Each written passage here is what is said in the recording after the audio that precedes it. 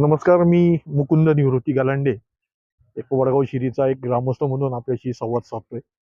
संवाद यासाठी साधतोय की गेल्या 25 वर्षापासून आमच्या वडगाव शिरीमध्ये या काळभैरवनाथाचा उत्सव या ठिकाणी भरत असतो आणि त्या निमित्ताने आमच्या सर्व ग्रामस्थांनी आणि तरुणांनी या ठिकाणी एक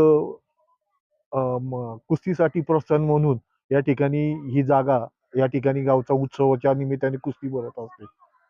आणि ठराव पाहता ही आमची एक कलेक्टरला मागणी आहे की ही गावची जागा आम्हाला पण पुन्हा या कुस्तीसाठी मैदानासाठी द्यावी.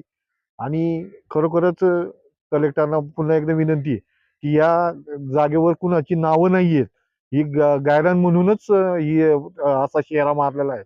तर आपल्याला सर्वांना माहिती आहे की ज्या ठिकाणी हे एजंट लोक येतात आणि त्यांना माहित पण नसतं.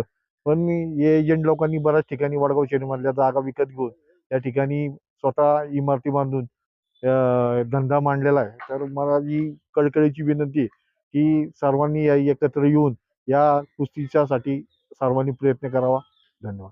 गावाची जत्रा जेव्हा भरते तेव्हा कुस्ती इथंच होते. हो ते जर ही जागा नसली तर मग ते कुस्ती बंद होणार. आणि गायरान जमीन असल्यामुळे कलेक्टर हे आदेश देऊ शकतात. त्यांच्या हातामध्ये आहे सर.